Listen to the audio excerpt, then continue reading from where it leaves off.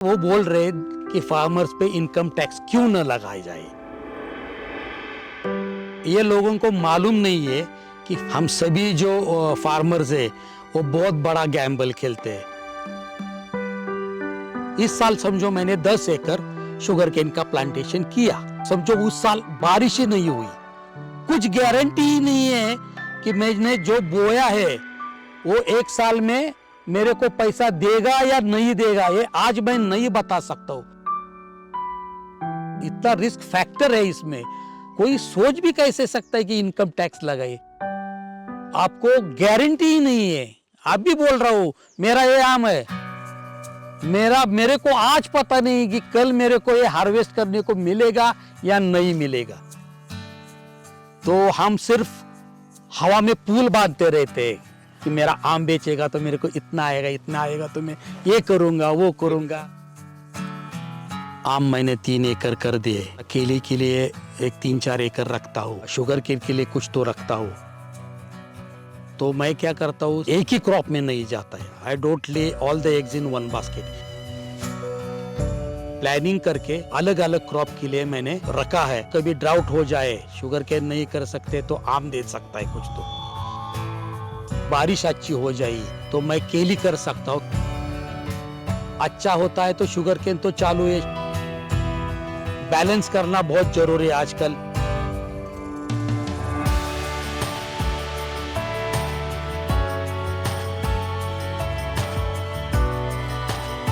देश के किसान का ये जवाब है उन लोगों को जो कहते हैं किसानों पर भी टैक्स लगाओ। उन्हें क्या मालूम कि खेती सबसे जोखिम वाला काम है और किसान हर बार अपने लाखों रुपए की बाजी फसल पर लगाता है। देशमुख की बातें और उनके तर्क आपको सोचने पर मजबूर कर देंगे। पूरा वीडियो आपको दिखाएंगे, लेकिन उससे पहले आपने अब तक अगर न्यूज पोर्टली के YouTube चैनल को सब्सक्राइब नहीं किया है तो कर लीजिए।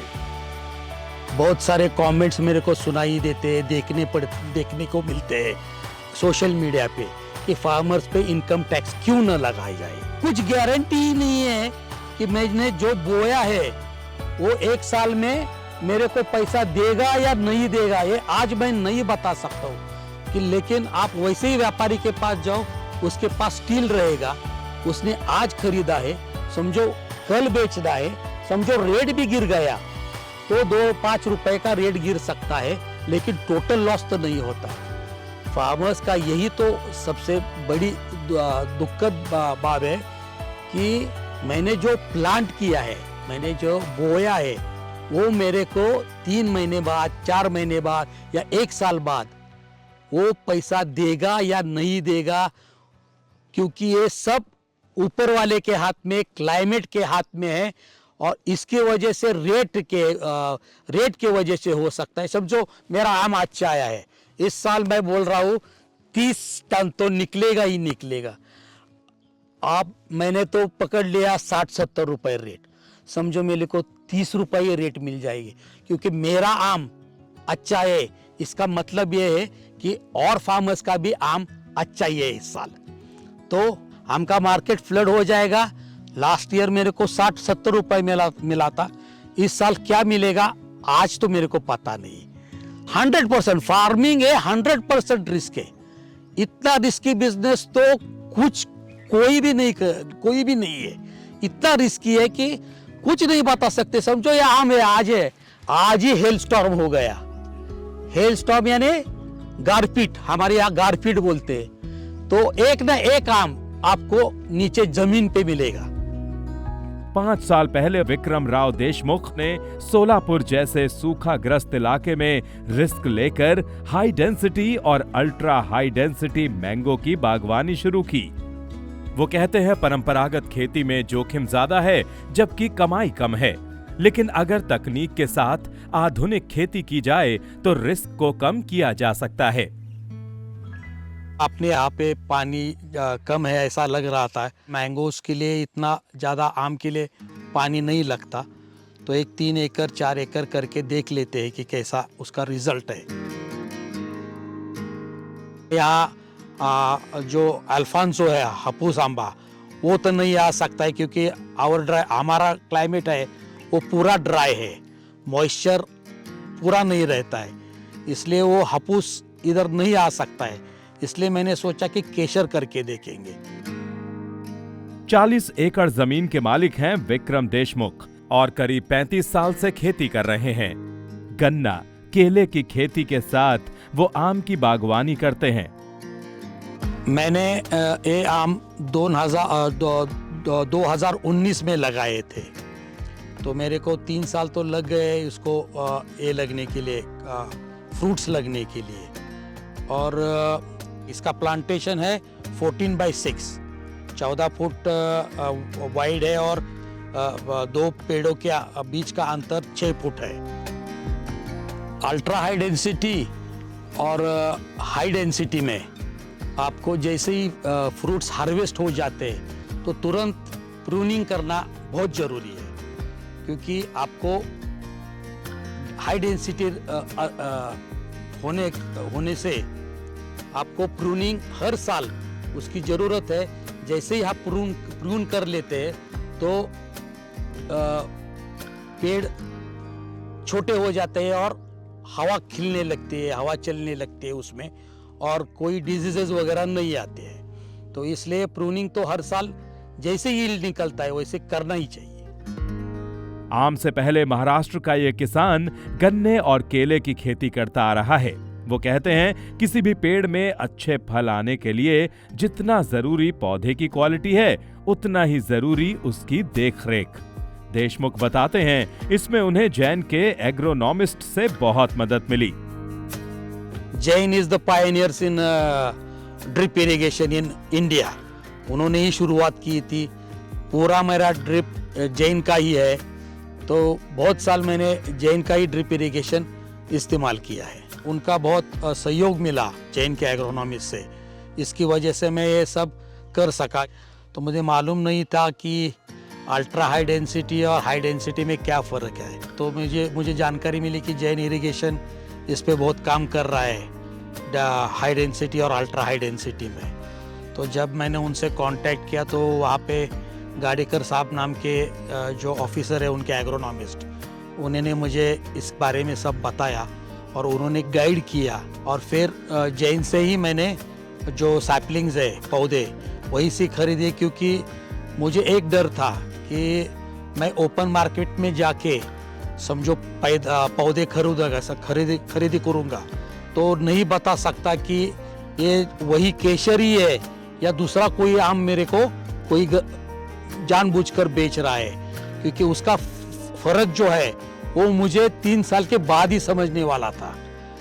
इसलिए मैंने सोचा कि जैन के ही पौधे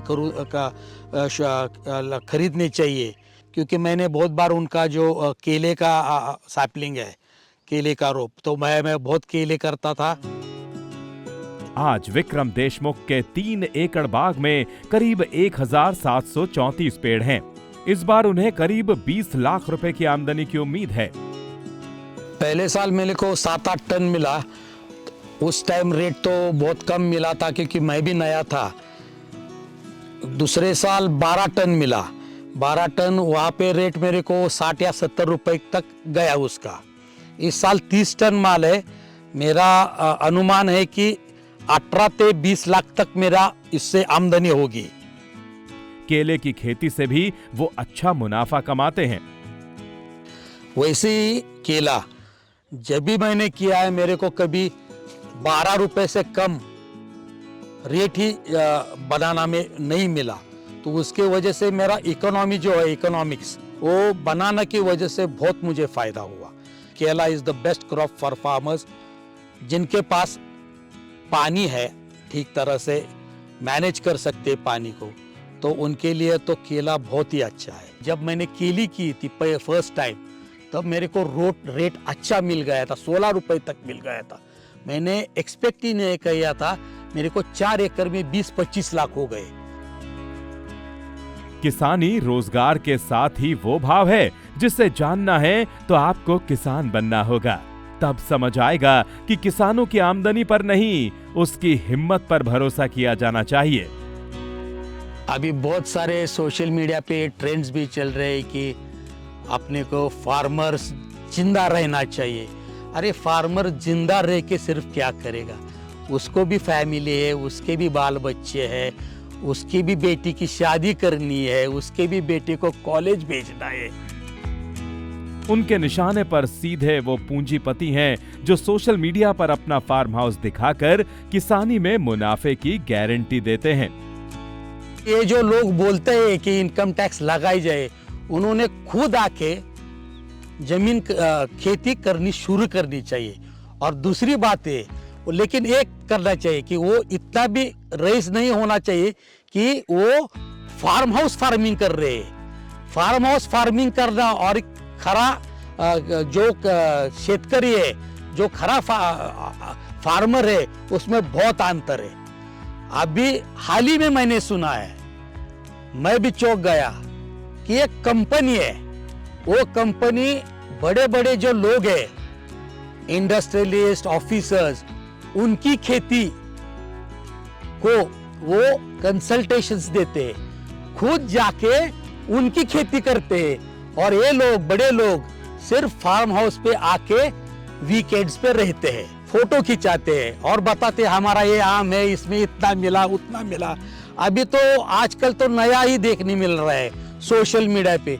ये आईटी इंजीनियर ने रेजिग्नेशन देके गांव जाके खेती शुरू कर दी और उसको मशरूम्स में इतने करोड़ हो गए, इसको वाटरमेलन में इतने हो गए, इसमें इतने हो गए। मैं जैसे ही खेत में जाता हूँ तो मैं सच बात कहता हूँ कि इतना मुझे एक तरह की नेचुरल ये आ जाती है ताकत कि अच्छा लगता है। तो हमेशा जब मैं डिप्रेस तो नहीं रहता है, लेकिन डिप्रेशन लगता है तो मैं खेत में जरूर जाके बैठता हूँ। अगर आप भारत के कोने कोने से प्रगतिशील किसानों के वीडियो देखना चाहते हैं, उनकी खेती के तरीकों को समझना चाहते हैं, तो न्यूज पोर्टली के YouTube चैनल पर तकनीक से तरक्की सीरीज जरूर देखिए। तकनीक से तरक्की सीरीज में देश के कोने कोने से उन सफल किसानों की कहानियां हैं जिन्होंने खेती में कुछ नया किया है, जिन्होंने खेती में तकनीक और मशीनरी का इस्तेमाल कर उसे फायदे का बिजनेस बनाया है। अगर आप चाहते हैं कि न्यूज पोर्टली टीम आपके भी फार्म पर आए, तो अपनी जानकारी YouTube के कमेंट बॉक्स में जरूर दीजिएगा।